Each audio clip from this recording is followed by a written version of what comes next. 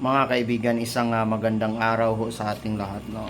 I'll just better morning and better afternoon all of. Once again, good afternoon to all of you here in our Facebook page, here in our TikTok, in our YouTube channel, Instagram, and Celebi, and many other platforms in social media, mga kaibigan. Thank you so much sa inyong lahat. Mga kaibigan, there is a question ang naglalaman po ang kanyang questions is all about the history. So there is a call, no? We need to continue. What is there is a history that being asked by our followers, no? Kailan ba raw dumating ang 911 or emergency response here in Davao? No, specifically Davao City, mga kaibigan, that according to our research, the only one in Asia, buong Asia po, mga kaibigan, the only one in 911 was established on 2002, mga kaibigan, in the name of Rodrigo Roa Duterte. During the time he is a mayor, and coming soon later they will become a president of the Republic of the Philippines in 2016. So that is the history, mga kaibigan, that to cover your questions. That is 2002, the only one in Asia. Sa buong Asia ho ay may nag-iisa lang, at dito na ilagay sa Pilipinas, specifically in Davao City, in Davao region, in Region 11, in which sakop po ng Mindanao, mga kaibigan. So that is the answer of your questions. Kailan ba nairating po dito naidala po sa buong bansa ang E911? During the presidency of Rodrigo Roa Duterte, E911 was brought to Manila in 2016, and that is in nationwide operation na ho, mga kaibigan, E911.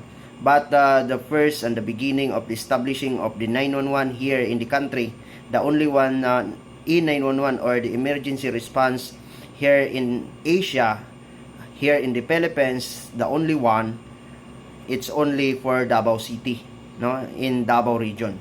So that's why that is the answer for your questions coming from our research, coming from the experts. Even though you can research in the Google, is since 2002 dumating ang emergency response 911 here in the Philippines, specifically in Davao City. So 2002 pa ho yun, mga kaibigan, and they will be brought during the presidency of Rodrigo Roa Duterte in 2016 to nationwide in operation. So that is all about the history.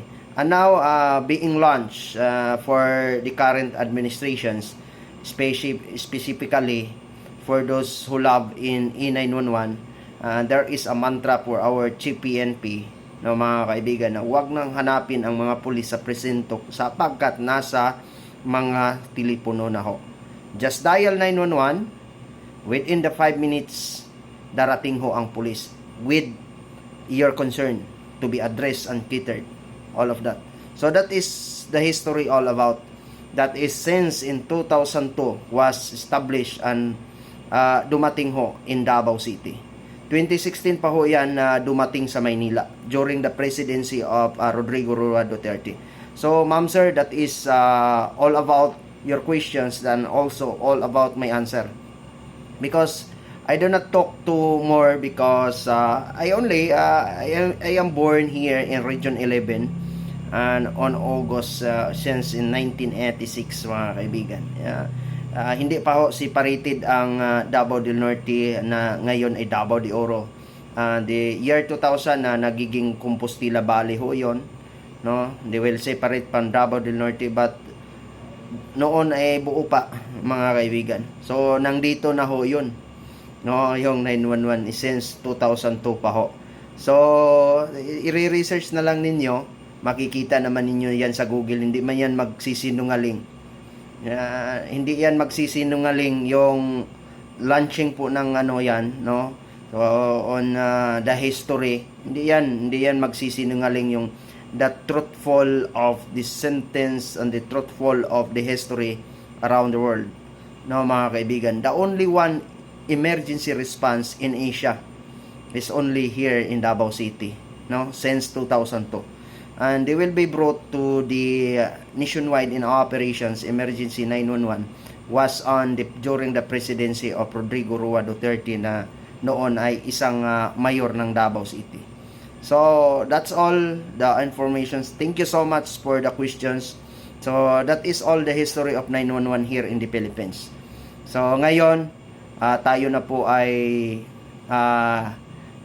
nakapag ano na po, no, nakapag benefits na ho sa lahat ng ano po ng serbisyo ng 911 and also in our police operations. Kasi pag tumawag doon sa 911, i-channel yan dito sa PNP in order to respond. So that's why there is a time limit, no? Ganun ho mga kaibigan. So ma'am, sir, that is my answer. I am so limited because I am not expert here. So thank you so much for that questions, no, mga kaibigan.